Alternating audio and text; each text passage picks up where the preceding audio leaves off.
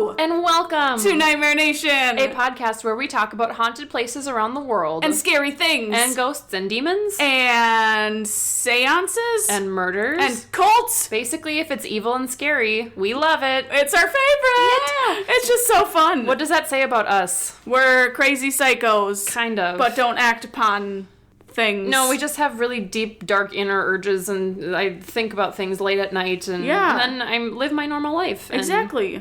And it's fine. Mm-hmm. I always think about how when I'm somewhere and I have to have an escape route. Like, if there's like a shooter or a killer coming at me, where am I going to go? Mm-hmm. How am I going to fight them off? What am I going to do? Seriously, if you always plan for the worst, you will always be the best prepared of anyone in the room. Like, exactly. I literally do this every day. Well, not anymore because I work from home for the last 6 months.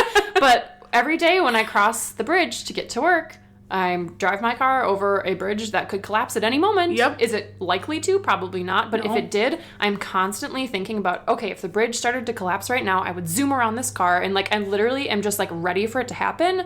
Because, meanwhile, if it starts collapsing, everyone else is going to take a few seconds for them to realize what's going on. When you already have a plan. I would already have a plan. And I would be, like, zooming past everybody for the first exit, like, before anyone else even knew what was happening. And that just makes me feel better. I know it makes me a lunatic, but... No, you are just prepared for any Yes. thing that's going to happen to you. I'm constantly prepared to die, and I'm constantly thinking about what I'm going to do if I'm confronted with a situation in which my life is in danger. Yeah. Because you never know. You never know. This is what happens when you watch too many scary movies, friends. Yes. Think of it as practice. Like, the more scary movies you watch, the more scenarios you're prepared for. Because most of them, they're just stupid and do what you're not supposed to do, so you know what not to do in these situations. Yes. Please learn from the idiots in these movies who always decide to split up for no reason other than to further the plot of the movie. Exactly. It's perfect. Yes. Don't do it, though. No, don't. Please don't. Never split up. Freaking stay together. Keep your flashlight on. And just run. And run. Just run. Yes. If you trip, get up and start running. If your ankle is broken, just keep running. Yep. To be like, oh, just leave me here. I'll be fine. Aww. I can do it myself. No, you're just going to slow everybody else down by stopping. Just Also, get up and...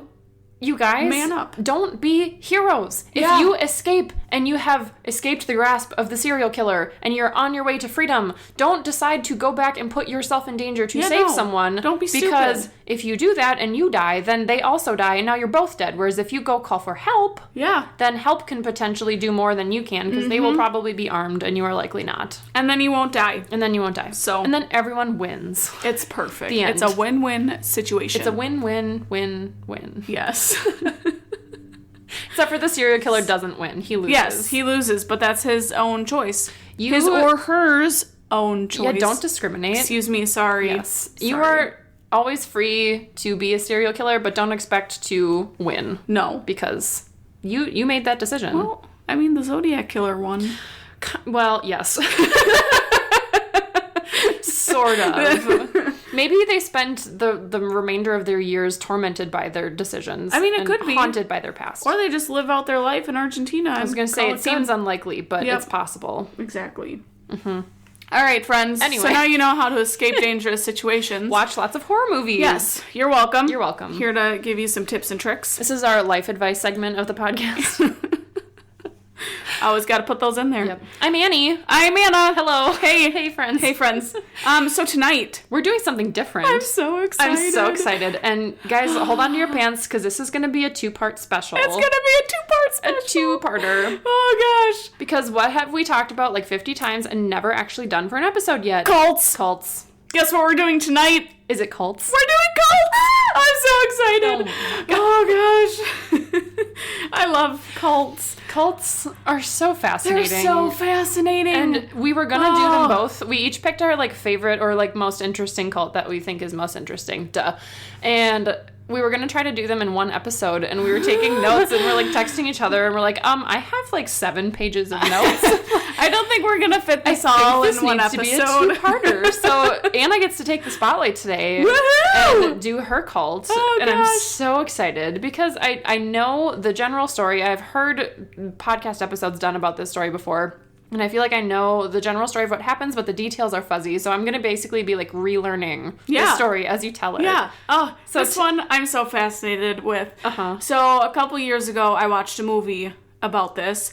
And holy bananas, it was the craziest movie. I forgot to look up the name of the movie. Was it loosely based on it? Like, was it fictional or was it a documentary? No, it was like historical fiction? Yes. Okay. Yeah. Because I saw a movie that was purely fictional, but was entirely based on this story. Like, it essentially drew all of its inspiration from this cult. Maybe it was that one. Maybe.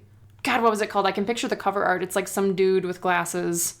Oh, friggin' We'll have to look it up. I can't remember. So tell us what you're talking about. I'm talking about the People's Temple. AKA Jonestown. Jonestown. Yep. Don't drink the Kool-Aid. Don't drink the Kool-Aid. That is where that phrase comes from. Yeah, which it just occurred to me that maybe some people don't know that because not everyone is as obsessed with this shit as we are. That's where it comes from. Don't drink the Kool-Aid. It's from Jonestown. So...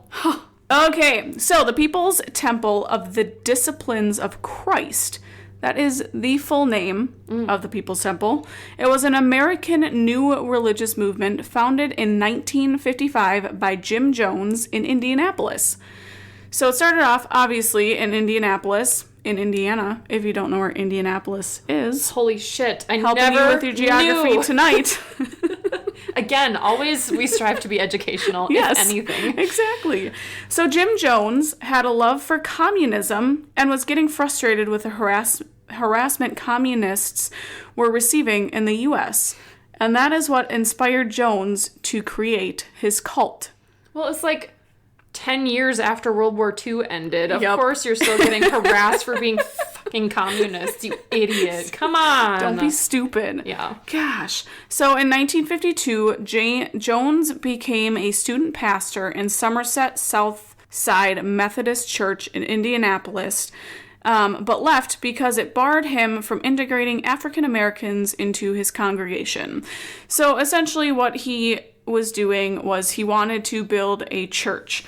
And he wanted to use the foundation of what church is, but his ideologies and the way he preached was like hidden in communism. So like he was using communism as his way of preaching it to the people. Does that make sense? The church essentially gave him a vehicle to spread his communist beliefs. Correct. Because I'm assuming he probably didn't really have all that much interest in Christianity or like the church itself. It just was a convenient platform for him. Yes. He was essentially an atheist and didn't believe in that makes complete sense. God or the Bible or anything. I was about to give him some kudos for trying to integrate African Americans into his church, but then to be completely full of shit and just using it because he knew it was going to manipulate people. Well, that his main target focused individuals were African Americans. Oh, is who he was trying to pull into his congregation. That's really interesting. Mm-hmm. Okay, I take back what I said. No kudos for you, Jim Jones. You get none of them. You get negative 1,000 kudos. Yeah, so that was kind of his main focus. So Jones had witnessed a faith healing service at the Seventh-day Baptist Church and decided that these healing sessions could attract people, generate income, and help accomplish his social goals. So during his healing sessions, Jones and some of the temple members faked the healings to generate more money and help to finance the church. Of course they did. Yeah. I always kind of wonder how many times that has been the case with miracles, and I'm not saying I don't believe that there could be some sort of supernatural like miracle things actually happening, but like I think with like these healing sessions, or you see it in movies where you see it a lot, I think more with like voodoo and stuff, where they have these healing sessions and people think like demons and whatever is gonna come out of you, and they do all these weird gyrating motions, and then all of a sudden they're just healed. Oh, how miraculous. Just gyrate a bunch, yes, and then you're healed. Exactly. Great. That's what but like personal miracles, I do believe in. Sure. Like, yeah. Like things like that, but group like healing sessions, no. Mm-mm. And I feel like with a lot of those, it's just like he's trying to generate the money and he to wants try credibility. and get people to join him. Yeah. Which is what it's like for pretty much all cults. Well, who doesn't want to join a giant gyrating party? I want to join gyrating parties. Join a giant gyrating party. That's a lot of j sounds in a row. That sounds like so much fun. That's what the world needs, is more healing gyrating parties. Yes. Great. Oh, gosh. So in order to increase the publicity and gain more followers into his following, People's Temple would organize large religious conventions with other pastors. And in these conventions, it drew as many as 11,000 attendees. And they would continue doing the healings and would impress the attendees by revealing private information like social security numbers, phone numbers, addresses, which you could typically get by either Googling or hiring a private investigator. Even for social security numbers? Yeah, I'm sure. I'm sure private investigators can find that. That's crazy. And so they would... I'm assuming they'd get the names of all the people who were attending, and then they'd call them out and be like, "Oh, Joe, come up here. Hey, Joe. Joe who lives on 17 4th Street South. Oh, come on and up." they're like, "It's a miracle. You're a psychic. You knew I needed healing tonight. God really wanted you to have my social security number." Yes. So the temple stressed egalitarian ideals and asked members to attend in casual clothes so poor members wouldn't feel out of place, and provided shelter for the needy. Aww. So a lot of the outward appearance of this cult was that they were very... what's the word I'm looking for? Like helping the needy. Like philanthropic. Yes. Yeah. Yes.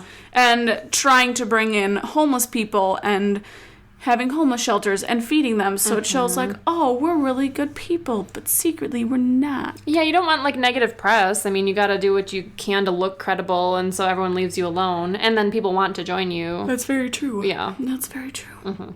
So in 1960 is when the temple opened up a soup kitchen for the poor and expanded their social services to include rent assistance, job placement services, free canned goods, clothing, and coal for winter heating.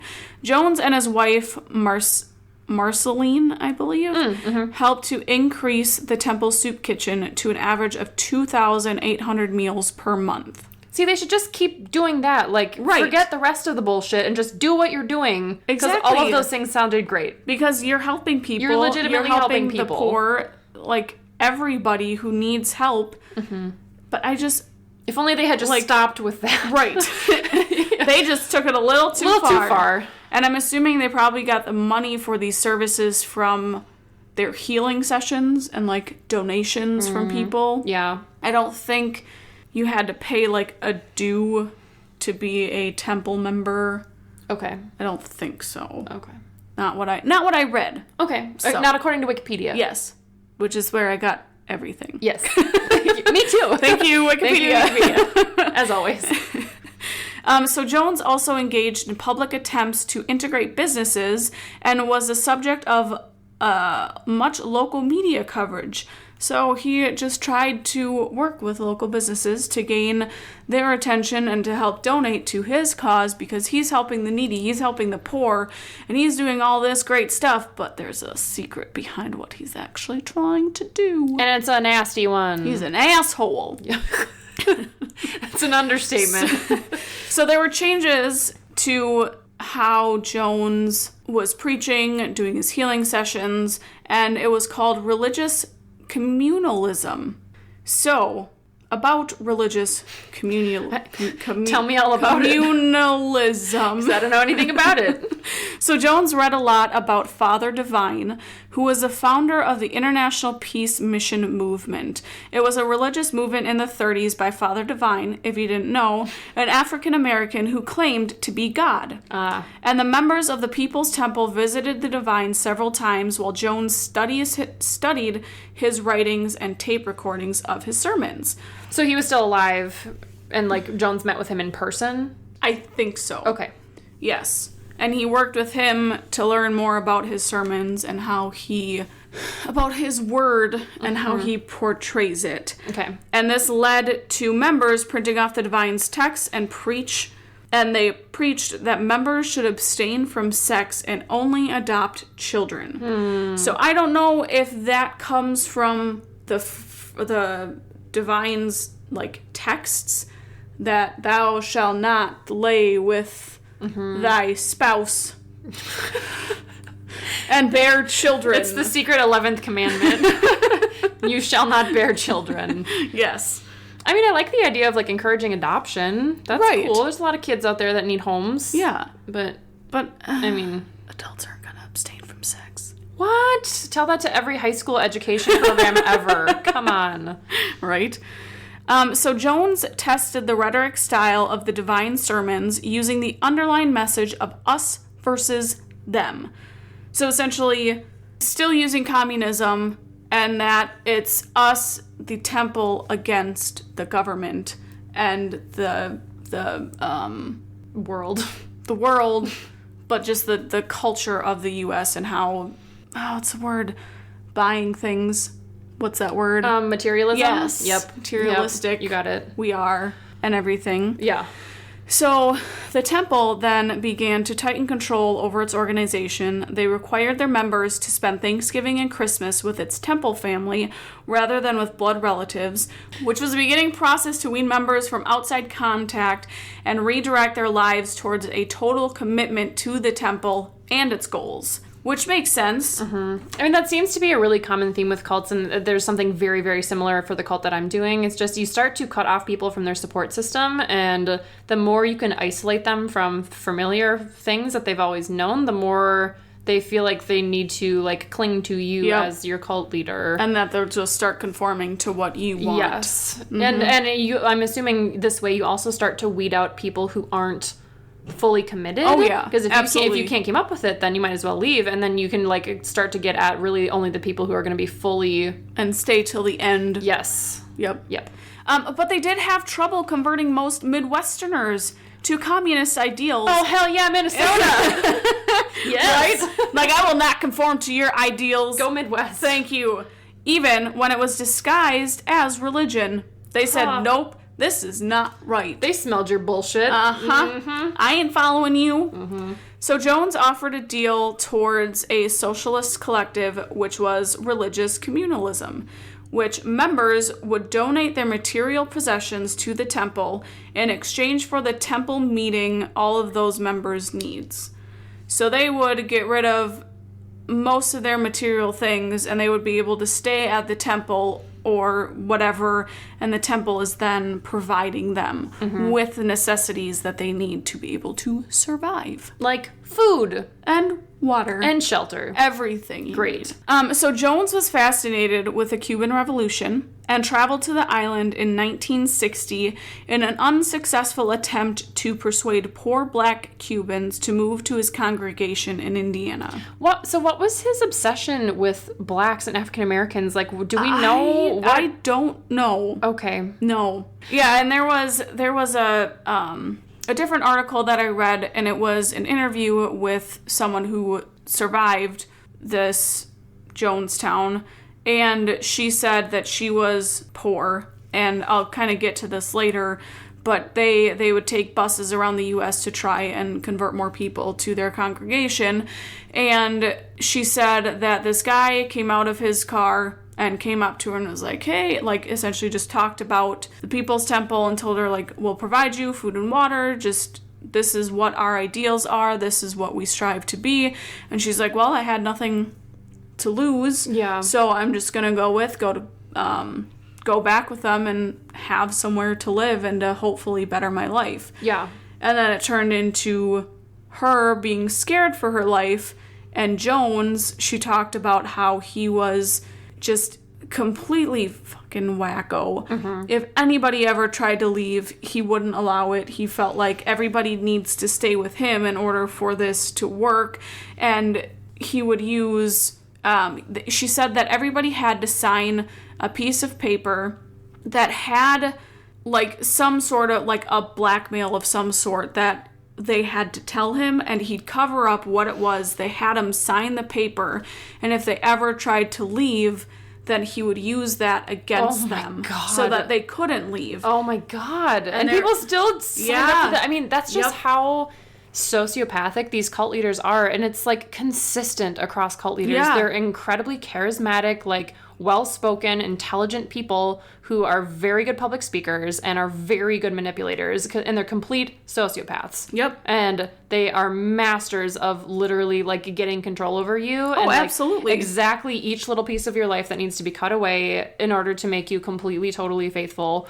And what's in it for them? I don't really know, other than just knowing that you have complete and total control over people, and maybe he got off on that. What it is. It's just crazy. And see, I think that's why I like cults so much, is because there's so much like mental, like it's just a lot of psychology. It's related to psychology. Yeah. Yeah. No, totally. And there's some sort of mental illness within that kind of thing. Whether you're a psychopath, sociopath, whatever you want to call it, there's definitely stuff involved. Oh, yeah. Yeah. Oh, yeah. Yeah. So, what if we started like a cult, but it was super nice and everyone could come and go as they pleased, and we could just like pick some random ass thing to worship and just be our own little cult, but everyone would be welcome, and it would just be really great. As you please, and we won't get crazy. We won't blackmail you or make you cut off ties with your family. Exactly. We will make you drink Kool-Aid. Yes. Or if we do, it's just going to be regular Kool-Aid. It'll be like Kool-Aid and vodka. Yeah. Yay. It sounds delicious. A craft cocktail cult. Yes. We worship the art of craft cocktail making and mixology. Yes. Okay, Ooh, done. Let's do it. All right, here we go. Okay. Anybody ready to join? Me? This is going to be great. Okay, sweet. All right, so after his unsuccessful attempt with the Cubans, so during this time, the temple's message began to transition between atheism and a subtle notion that Jones was a Christ-like figure. This new message was needed to foster members' dedication to the temple's larger goals. So then in 1961, Jones claimed that he had a vision in which Indianapolis and Chicago were destroyed in a nuclear attack, convincing aides that a new location was needed. Mm-hmm. So you don't want to die in a nuclear explosion. So let's move somewhere even further away from your family and Exactly. friends. We're just going to isolate Somewhere you some more. really, really remote. So then they ended up moving to California. So by the late 1960s was when Jones revealed that his gospels were communism instead of the actual word of God. So he admitted it? He did. Oh. Yep. Well. And people still followed him. Oh, God. Well, because you're in so deep at that point. Right. It's and like, he's not going to let you leave, so... Yeah, I guess you don't really have a choice at that point if you're being blackmailed. It's kind of my theory, but it's why people who like join fraternities who haze them relentlessly, like they are essentially abused for weeks, and despite the fact that they are literally like tortured and abused, they stick with it because they've basically like, you've already sunk that much cost into it. It's kind of hard to turn back now and say like, well, that wasn't worth it. I'm going to be done. Like, that's why those people are even more dedicated to their fraternities. We talked about this, I can't remember what psych class it was, but it's essentially the notion of like sunk cost, and you're not going to turn away from it if you've already come this far. Exactly. You've already put so much time and effort into it. Why stop now? And then you look like an idiot if you back out. So his sermons were based on oh God, I hate this word. Apostolic. Oh, like apostles. Apostolic. Apostolic. Fucking hate that word. Socialism. Yes. Apostolic socialism concepts, which is loosely based on mixed tenets of socialism. So Jones preached to the new members that the Holy Spirit was within them, and Jones's healing power demonstrated that he was a special manifestation of Christ the Revolution. Oh. So he is a revolutionized Christ, and he's here to save you all. Mm-hmm. Wasn't Jesus already a rebel? Like, he was pretty much a rebel in all things. I think so. As a historical figure. Yeah. So, like, you're not different for being a revolutionary. But he is. Because he's teaching new ways of socialism and communism. Okay. Duh. All right. Come on. My bad. He also preached that the U.S. was the Antichrist and capitalism, the Antichrist system. That doesn't seem right. Not really. Antichrist and capitalist? Did he maybe was he saying that capitalism was the system of the Antichrist? And yes, the I do believe US so. And the US was capitalist, so therefore we like basically embodied the Antichrist. Yes. Got it. Thank you. You're welcome. That just didn't make any sense. I'm just translating over here. This is why I need you. You're good. You're good. So that's what it is. Yes. So Jones preached of an imminent... I hate that word too. Imminent nuclear holocaust that would occur on July 15th, 1967, and that the temple needed to move to Redwood Valley, California. So in July of 1965, he led 140 members, all of whom were black, to California and reestablished his church out there. Cool. Was this so they moved to California and then they moved to a different place in California? So I think this was when they actually moved to California. Okay, got it. Yep. So they were still in Indiana, and then he had his vision that the Holocaust was happening. Okay. So then Jones began deriding traditional Christianity and rejecting the Bible as a white man's justification to dominate women and enslave people of color. So he created a booklet that was distributed to the members of the temple that went over the contradictions, absurdities, and atrocities in the Bible, but also stated the Bible held great truths. Okay. So you talk about hating the Bible, but in reality, it does hold some good truths. He kind of sounds like Trump right now. I mean, kind of. You get to cherry pick the bits and pieces that fit neatly with your ideology. Yeah. I mean, maybe underneath all that racism and sexism and underneath all that crap, there's some insightful things, I guess. Yeah, maybe. Yeah. It's a complex document. It's a lot to unpack. There's a lot. Yes. And everybody interprets it differently. Yes. So, Jones also preached that the divine principle equated with love, and that love was socialism. So, okay. Just love socialism. Great. Just accept it for what it is. Uh-huh. Don't do that. No, please don't. Or just think carefully about it. Yes. Make your own decision, but please be educated and do it because you feel like it's the right thing to do. Exactly. Yes. So they had some urban expansion. So because of the size of Redwood Valley, because it was so small, the temple needed to expand to an urban area to gain more followers, of course. Mm-hmm. So in the 70s was when the temple started to hold services in San Francisco and Los Angeles. So the LA facility was used primarily for recruiting members and to serve as a way station for the temple's weekly bus trips across California. So the temple would use 10 to 15 coach buses to transport members up and down California's freeways each week for recruiting and fundraising. They had a fleet. They did. That's a lot of buses. I know. That's got to be expensive, too. Mm-hmm. But Jones would only make the trips if it could net $100,000, and the temple's goal for annual net income of $1 million. Okay. So they just want all the money. Yeah, I mean, they gotta pay money to feed those poor people and house their members and fund all their secret political propaganda bullshit. Yeah, so. Exactly. So the buses would travel across the U.S. quarterly and hand out pamphlets, and they would show them the healings and that could happen to them if they joined. And they would also stop in big cities to try and get more people. They also set up mass direct mailings that were sent out monthly to 30,000 to 50,000 people who attended services or written into the temple from hearing ads on the radio. They took out radio ads. Yeah. That's awesome. They gotta come join our cult. It's super fun. Mm-hmm. So then from their recruiting drives, it helped increase membership from a few hundred to nearly 3,000 people. Wow. So it was effective. Yeah. Can you imagine being alive at a time where cults were like actively recruiting people like on the streets? Like I have never. That'd be so freaking weird. Can you imagine someone from freaking People Temple coming up to you with a pamphlet and like offering for you to come live with their like cult out in California? Like I've never experienced that. No. Ever. And that'd be freaking terrifying nowadays because you don't know what people's... Well, and then to be like, hey, they tried to recruit me, and then see what actually happened to all the people who did join and be like, that could have been me. Yep. That is so crazy. But I mean, during the 60s and 70s, people were just high all the time. That's true. Just hippie crazy. Culture. And like, I love everyone. Materialism is stupid. Let's all be friends. I love flowers. Yeah. That was the 70s in a nutshell. You're welcome. History lesson. Even though neither of us were alive during Nope. Not even thought of. Nope.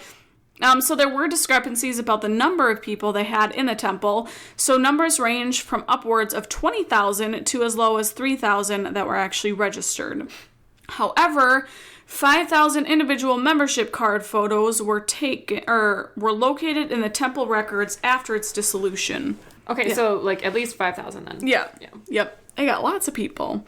So Jones and his church earned a reputation for aiding the city's poorest citizens, especially racial minorities, drug addicts, and the homeless, because those are the main people that they targeted. Mm-hmm.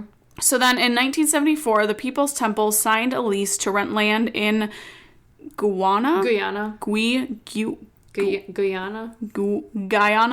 somewhere out in Africa. Guyana, South America. Yeah. Sorry, not Africa. I was like, wait, is it? And then I started questioning. I was like, wait, this whole time I was thinking it was in South America. Is it not? Is it actually Africa? And I started panicking. You meant South America. It's cool. Yeah. Mm-hmm. It's right next to. It's right next to Suriname, which I have literally never heard of in my life. Nope. And right next to French Guiana. Cool. I don't like that word. Nope. Cool. All right, we got that settled. Okay, it's in South America. Yes, South America. Sorry, friends. It's okay. The community created on this property was called the People's Temple Agricultural Project, or informally, Jonestown, and they had as few as 50 residents in 1977. So Jones saw Jonestown as both a socialist paradise and a sanctuary from media scrutiny that had started. So former member Tim Carter said that the temple moved to Jonestown because he saw the U.S. was creeping into fascism, and that Guyana, I'm just going to go with that, was a place in a black country where our black members could live in peace. Increasing media scrutiny based on allegations from former members put more pressure on Jones. After an article written by Marshall Kilduff in the New West magazines, Joan wrote a note to the temple members that said, "We leave tonight, notify Jonestown." Jones then left for Jonestown and encouraged temple members to follow him there.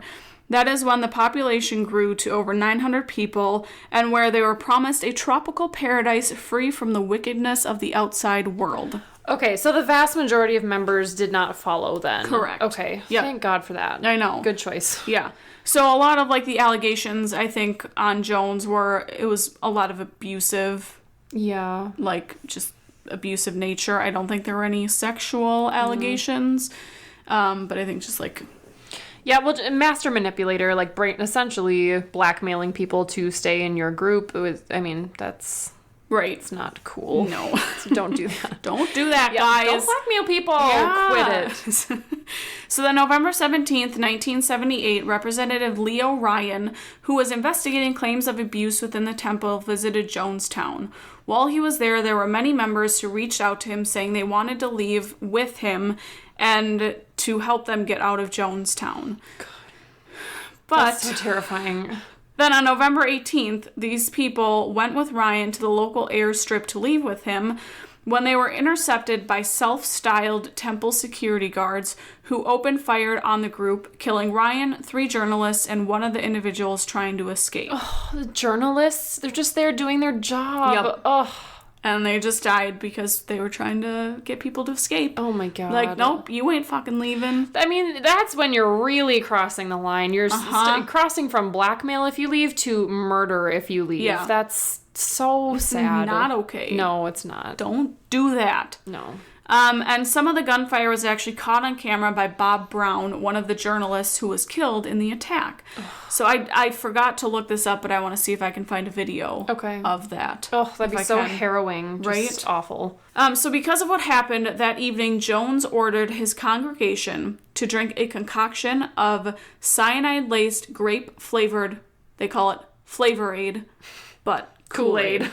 Because obviously if people are trying to escape, then nobody is going to escape, and so you all just need to die with me so that we're just done. Well, and if you've murdered people at this point, there's no way the government is not going to come for you to try to extract its citizens and take them back to the US and out from your control. So you're kind of put in a in a corner here. Oh yeah. And you're just screwed. It could be just a corner of you accept that you've murdered people and go to jail, or you make everyone commit suicide under the guise of religious beliefs, which is so fucking messed up that oh, God, yeah. oh, no, we don't need to commit suicide because I'm going to go to prison for murder. We're going to commit suicide because let's all be together in heaven. Like, no, that's not the most evil thing you could possibly do. Yep. And it's crazy that people followed that. Yeah. Like, I like to think that if I was in that situation, I wouldn't drink my Kool-Aid. But didn't people try to resist and they were forced? I think so. Like, people... I do believe so. I remember learning about this in, like, world religions, because I think we talked about this in high school. I loved that class so much, because we talked about Wicca, too. It was amazing. But, like, I'm pretty sure people were forced to drink it at gunpoint if they chose not to. Well, then just fucking shoot me. Well, right. I mean... Yeah, it wasn't, like, it wasn't voluntary for everyone. Right. Or I just pretend to drink it. Yeah, but then they went around and, like, finished people off. Oh, like, that's right. I'm pretty sure they sent people around with guns to, like, make sure everyone was dead. Yeah. I could have just made all of that up, but I'm pretty sure. I don't remember. Okay. I have to watch the movie again, too. Because it was super freaking gruesome. Yeah. But it was so good. Yeah. It was crazy.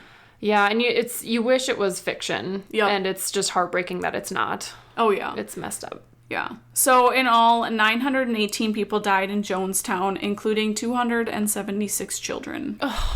Like, why the children? And you're gonna freaking take your children and uproot their lives and fucking move to Guyana with some dude who's blackmailed your family. Like, why would you subject your children to that? They do not have a choice in this situation. You are putting that upon them. It is not okay. No. Like, it's disgusting. I understand if you are poor and homeless and have nothing else to lose and nothing to your name, so you're like, why not? I mean, I literally have nothing to lose. But when you have children, you don't pull them into something like that. Don't do this. I remember also, just super quick, I also remember a story in World Religions that there was this family that made the newspaper because their parents, it was like 2 teenage kids who were real pissed because their parents were doomsday people. I don't know if they belonged to a cult or what, I can't remember, but they were convinced the world was ending on this certain date. So what do? They get rid of all of their savings. They donate everything to charity. They, like, sell their house. They get rid of all of their shit. And guess what? The world doesn't end.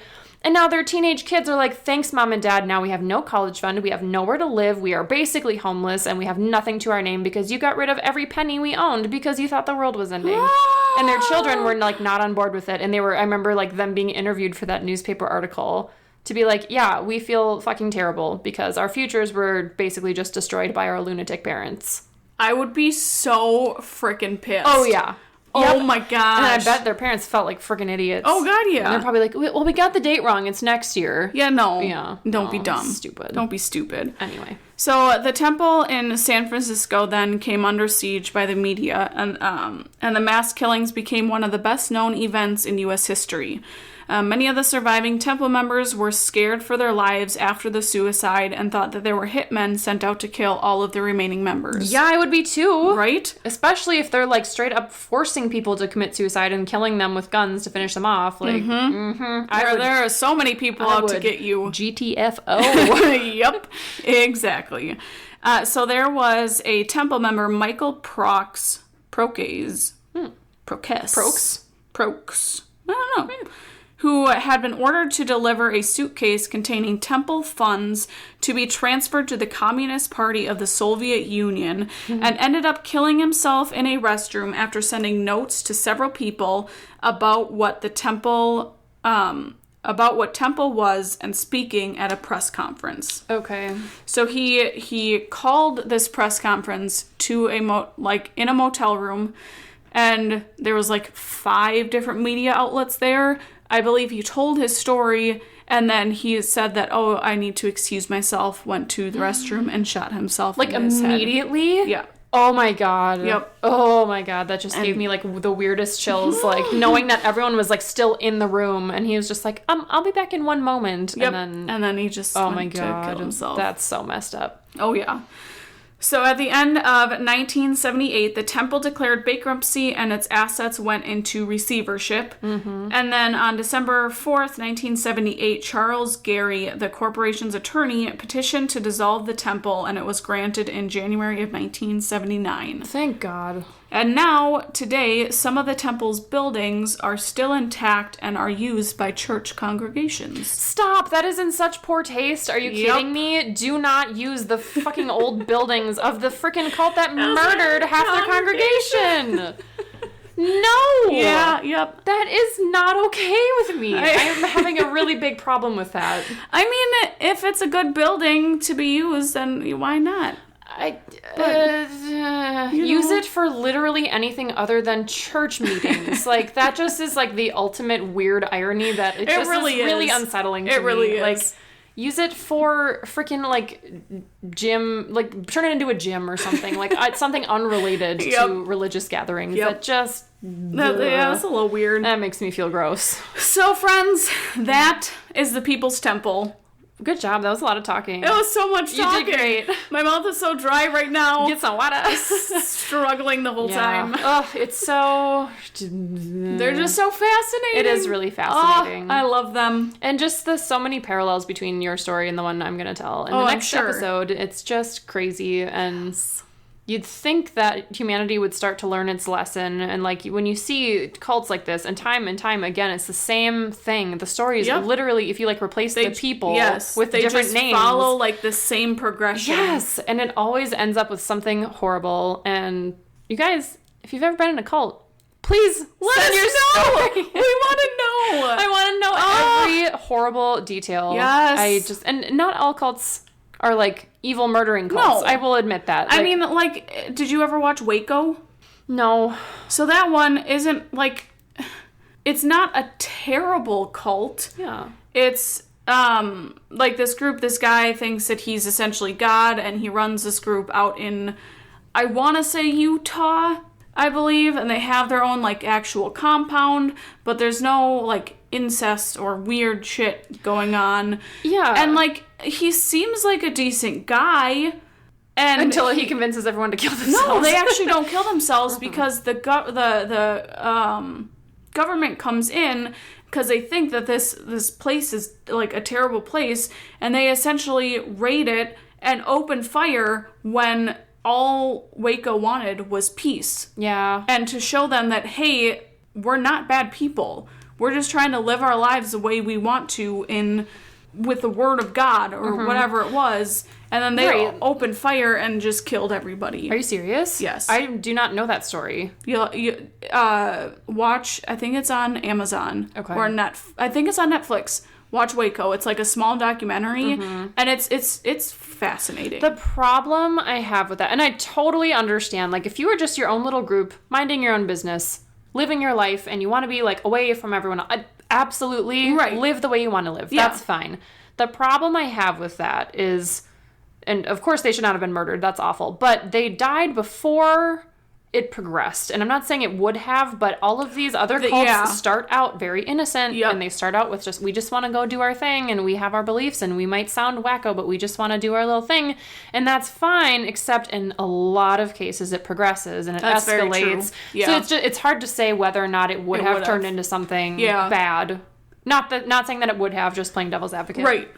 So, but yeah, seriously, guys, if you know anyone or have ever been in a cult yourself, let us know. Please write in. Also, write in with any other scary things or unexplainable things that have happened to you. Paranormal things, because we want to hear them. And tell us about any topics or locations you'd like to hear us cover on the podcast. Yeah. Because we love those suggestions, because half the time we're just Googling places and hope that it works. Looking at Travel Channel, like, lists of haunted places around the world. And I feel like we've landed on some really interesting ones, but we want to know what you're interested in. We do, so then you want to keep listening. Yes. It's perfect. So please send us an email at gmail.com. Send us an email at gmail.com. That's not how it goes.